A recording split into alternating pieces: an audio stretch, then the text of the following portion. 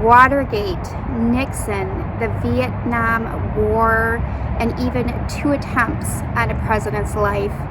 The 70s was a very contentious time in American history. And in honor of our great democracy, we are at the Gerald R. Ford Presidential Museum in Grand Rapids, Michigan today. No demons, no hidden agenda, no hit list or acts of vengeance. He knew who he was, and he didn't require consultants or gurus to change him. Moreover, the country knew who he was, and despite occasional differences, large and small, it never lost its affection for this man from Michigan, the football player, the lawyer and the veteran, the congressman and suburban husband, the champion of Main Street values who brought all of those qualities to the White House. Once there, he stayed true to form, never believing that he was suddenly wiser and infallible because he drank his morning coffee from a cup with a presidential seal. He didn't seek the office, and yet, as he told his friend, the late great journalist Hugh Sidey, he was not frightened of the task before him. Nixon became the first president in U.S. history to resign from office. Wow. And then Gerald R. Ford took his presidential oath of office on August 9, 1974. Hi everybody, welcome back. And if you're new here, my name's Amy. I'm in Tangerine, and Grand Rapids, Michigan is my hometown. I was born and raised here, and is also the hometown of our 38th president of the United States, Gerald R. Ford. And there is rich history in these walls here. We're talking Vietnam, Watergate, Nixon, very scandalous time in our country's history. We're going to see some really cool things today, including a full replica of the Oval Office. Gerald Ford is also buried here with his wife, the First Lady, Betty Ford, who made huge contributions to this country. She was a breast cancer survivor, and then she also brought a lot of awareness to addiction with the Betty Ford Centers. So let's get in there and have a great presidential museum day. Here we are at the front of the Gerald R. Ford Presidential Museum. Parking is free here. And also I will put on the screen the ticket prices and also the hours that this museum is open. This museum is located in beautiful Grand Rapids, Michigan, and downtown is right there. There's the famous Amway Grand Plaza Hotel. And also the fish ladder is right behind the museum here. And there is the man of the hour, President Gerald R. Ford. President Ford died in 2006, and he is buried here along with his wife Betty, who passed away a few years after him. He was a part of the House of Representatives. He also served in the U.S. Navy. He was also Vice President of the United States before he became president. This is a famous quote that he spoke. "I am acutely aware that you have not elected me as your president with your ballots, and so I ask you to confirm me as your president with your prayers." Gerald R. Ford, whatever your political leanings are, was quite respected in the political community and in America as just a man of honor. He honored his wife, he honored his country, he always did what was right and best for his family and for the United States of America. A very fun fact about Gerald Ford is he is the only vice president and president that was not elected to those positions. He was appointed vice president, and then we all know that he became president when Nixon resigned in the Watergate scandal. So, and then he lost his election bid to Jimmy Carter. Store handles. Here we go. You can buy tickets online, or you can purchase them right here when you enter. There is a gift store, and we'll check that out probably last. Very nice gentleman, Rob, checked me in at the front here and gave me the ticket and then a map here, and also gave me the rundown. There's a very special exhibit going on right now, so he said this is the perfect time to come and visit. Right in the lobby here is a piece, an actual piece of the Berlin Wall. Y'all remember that when the Berlin Wall fell? There's an actual piece of it here in the lobby. All the exhibits are upstairs here. This is so beautiful. If you have mobility issues, you can take the elevator up there, but we are going to take the stairs. When you come in to the left is where you start, and it begins with his youth and brings you all full circle around to his whole presidency. His resignation tonight. As investigations into Nixon's involvement in the Watergate scandal grew larger, Nixon resigned his presidency on August 9, 1974, and Gerald Ford was sworn in as the 38th President of the United States. So help me God. Congratulations. My fellow Americans, our long national nightmare is over. Our Constitution works. Our great republic is a government of laws and not of men. Gerald Ford had a very rough start to life. He was actually born Leslie Lynch King Jr. after his father, who was very abusive. His mother left his father, and his father never supported his son. She ended up remarrying, and he took on the name Ford from his stepfather. I think it's interesting to read this. Growing up in Grand Rapids, Ford had a happy and active childhood in Grand Rapids, a furniture manufacturing town settled by Dutch and Eastern European immigrants. That's my hometown. And his stepfather owned a paint store in Grand Rapids, Michigan, and that's where he learned hard work and dedication. He had a very strong work ethic, and he was also an Eagle Scout. It's interesting, during high school he ran for class president. It would be the first of only 2 times in his life he would run for office and lose. But he was voted most popular.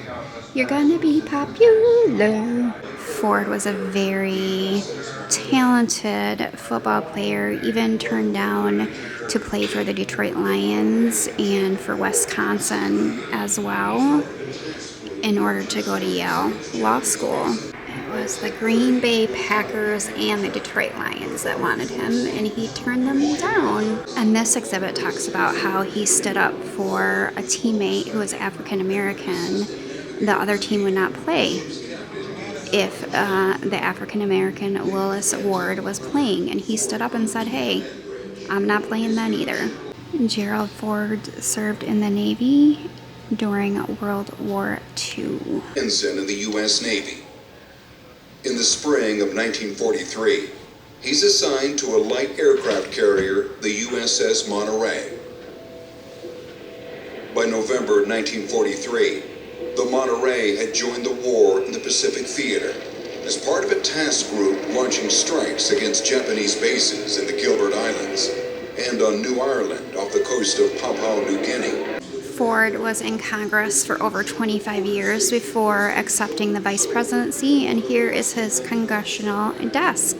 It is really cool to see history restored, you know? Like, this was his actual desk when he was a congressman, and a lot of the papers are from his personal collection. Wow, Betty Ford was absolutely stunning.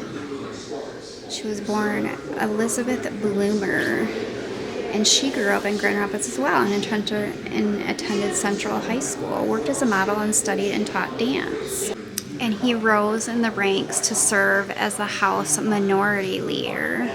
This whole section talks about the Watergate burglary and the whole incident with Nixon. Tricky Dick are the actual tools that were used in Watergate to break in, right there. Actual tools that were used. 1972. Over the weekend, 5 men were nabbed at the Democratic National Headquarters here in Washington. That I welcome this kind of examination because Sure. people have got to know whether or not their president's a crook. Well, I'm not a crook. That was extreme. As a history buff, that was just really cool to watch. That and the history behind Watergate and everything that happened for Ford to become president. And it's an election year this year, and we all need to be reminded that our country has been through a lot, and democracy always stands. It really does. No matter whose team you're on, we are the United States of America. Fellow Americans, our long national nightmare is over. Our Constitution works. Our great republic is a government of laws and not of men. Here the people rule. This section talks about how it was quite unpopular with Americans that he pardoned Nixon, and it actually cost him the election. Jimmy Carter was elected, and arguably they say it was because of the decision that he made to pardon Nixon. Wow, this is the actual pen that he used to sign President Richard Nixon's pardon. Oh, here's the Bible that he used to swear in as president.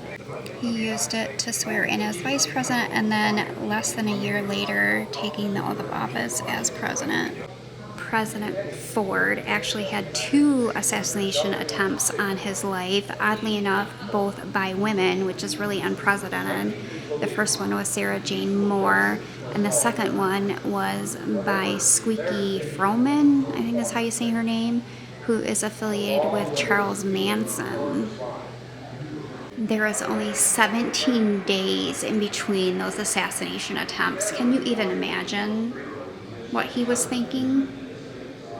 Wow. And this is really cool. They lay out everything, like his first full day in office, what he did, his full agenda on that day is here, how he addressed Congress. He was handling this crisis in Cyprus, hosting the first dinner, electing a vice president. This is really, really cool, especially if you're a history buff. You're just really gonna love this museum. I think this really sums him and his wife, the First Lady, up. It's a beautiful portrait of them. And he was a president of the people, for the people. And this is very special. This is probably my favorite part. There is a full replica of what the Oval Office looked like when he was president, including his desk. That is his actual desk, and actually this desk was also President Nixon's desk. Gerald R kept it and used it as his own. I don't know about y'all, but I probably will never step foot in the Oval Office, and it's really special to be able to see this. And you actually feel like you're standing in the Oval Office. It's very beautifully done. Look at the carpeting. Look at the carpeting here. You can see the portrait of his family behind his desk there. The only meeting that I would ever love to attend in my life is one here. Can you imagine the conversations that are being had here? I'd love to be a fly on the wall. Let's see, the portrait's there, and this desk is magnificent. It's really beautiful. I love this, Betty Ford's dresses. Wow, look at that one. Phew. That's quite the dress. And this display is really stunning. This is a head of state dinner, and what they would typically wear and what the table would typically look like. Wow, that is absolutely beautiful. And they have a replica of the White House, and they have a little interactive section where you can explore the White House and all the different rooms, the grounds, the West Wing. Let's do the resident. I think that would be very interesting. Let's see what their kitchen looks like. Cool. Look at how beautiful this is. This is a crown soup tureen. Hand painted. That's a relic. That's a relic right there. I think this quote sums him up perfectly. Now here's something I didn't know. Ronald Reagan challenged Gerald R. Ford for the Republican presidential nomination. I never knew that. Ford won the nomination by just over 100 votes. Can you imagine how history would have changed? It's funny. Happy days are here again. Fordsy. And then you've got I've hit bottom. That's hilarious. I'm for Betty's husband. Betty, yes. Jerry, no. That's hilarious.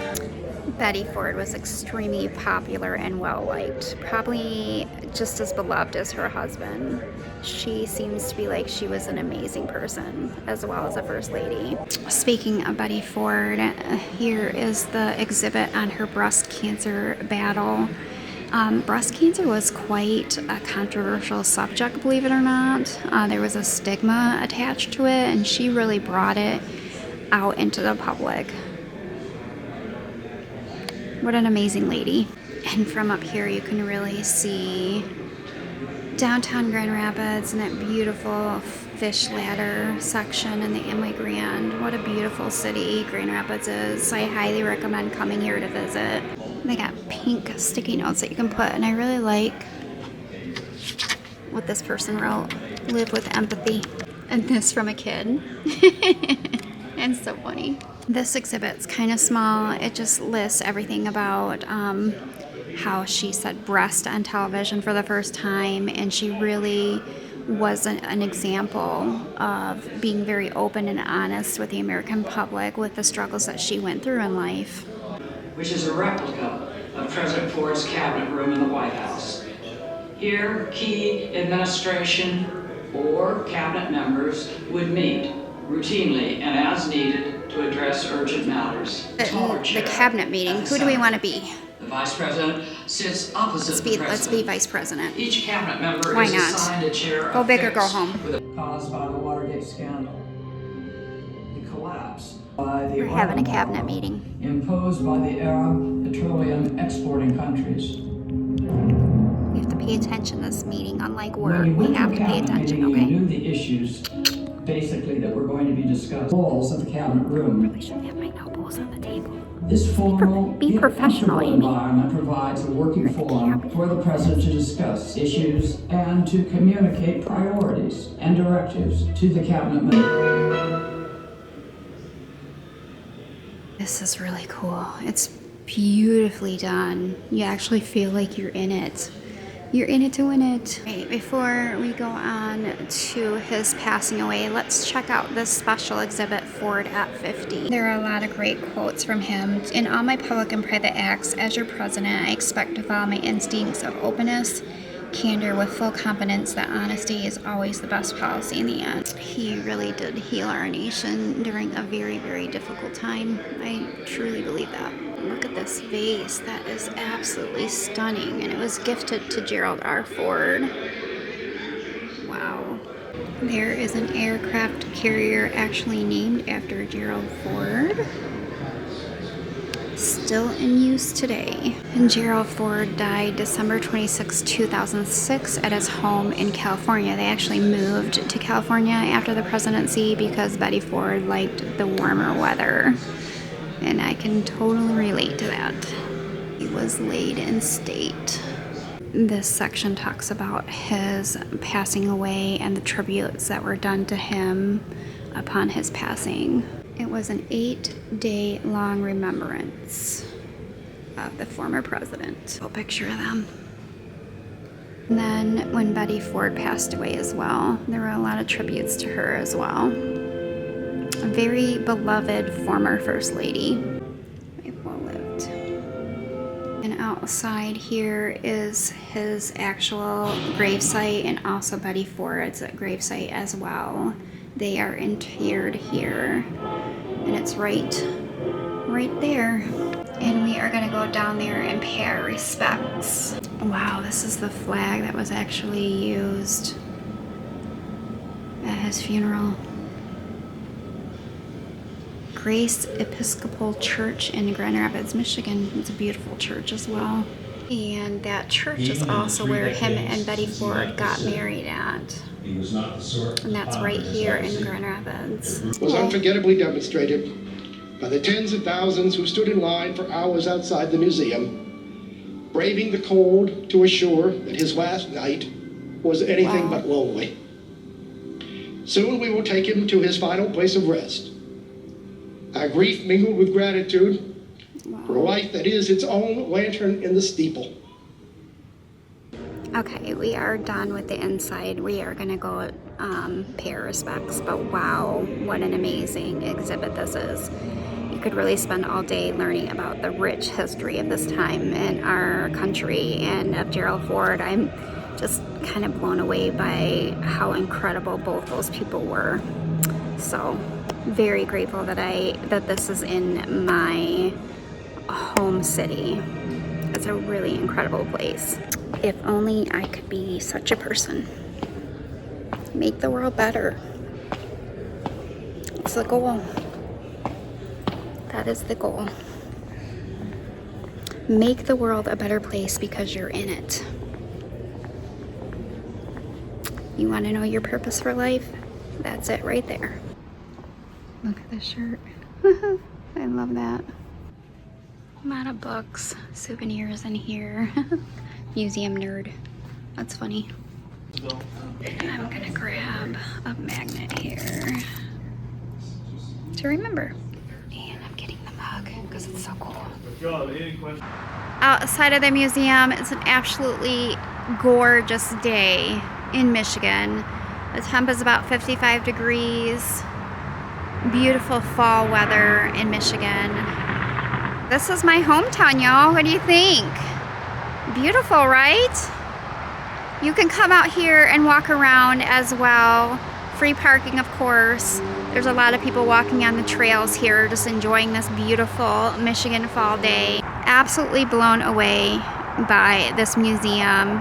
The staff here was incredible. I had a wonderful day. It's important to learn about history, y'all, or we might repeat it. This is the famous fish ladder section, and you can go fishing right here. I see that gentleman down there just fishing in the middle of the river here. It's my hometown city, y'all, Grand Rapids. I really need to do a video just on the city of Grand Rapids alone.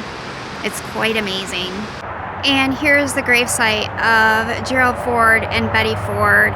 And this part is open to the public. You can just park here and come and pay your respects. It's hard to imagine that this most loyal of men began life as an abandoned child, facing the world alone with his mother. He was devoted to her always, and also to the fine man who came into their lives and gave the little boy a name he would carry into history. Gerald and Dorothy Ford expected good things of their son. As it turned out, there would be great things too, in a journey of 93 years that would fill them with loving pride.